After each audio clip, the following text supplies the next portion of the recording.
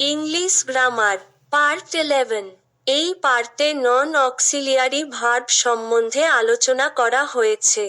বাংলা মাধ্যমে সহজে ইংরাজি শিখতে হলে এই ভিডিওগুলো দেখতে থাকো।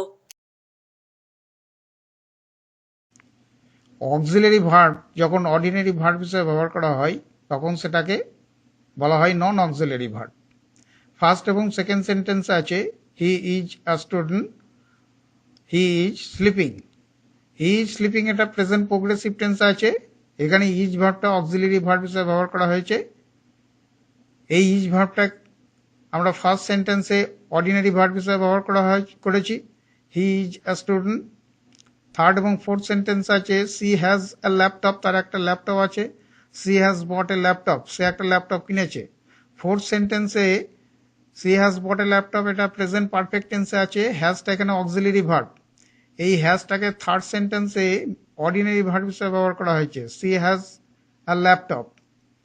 সিক্স সেন্টেন্সে আছে I do homework at night, আমি স্কুলের কাজ রাত্রে করি। এখানে ডু ভার্বটা অর্ডিনারি ভার্ব হিসেবে ব্যবহার করা হয়েছে।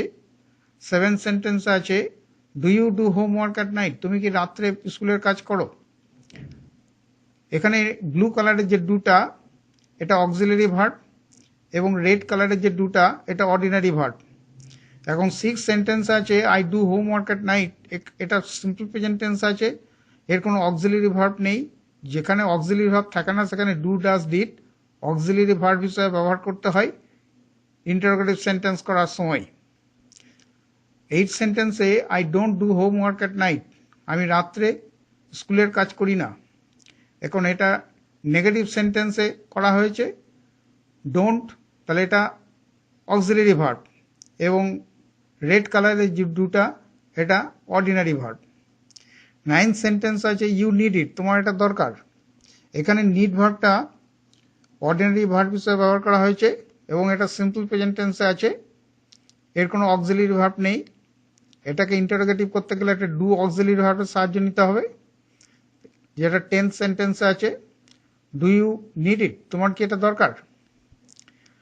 11th সেন্টেন্সে আছে ইউ নিড টু স্লিপ, তোমার ঘুমানোর দরকার।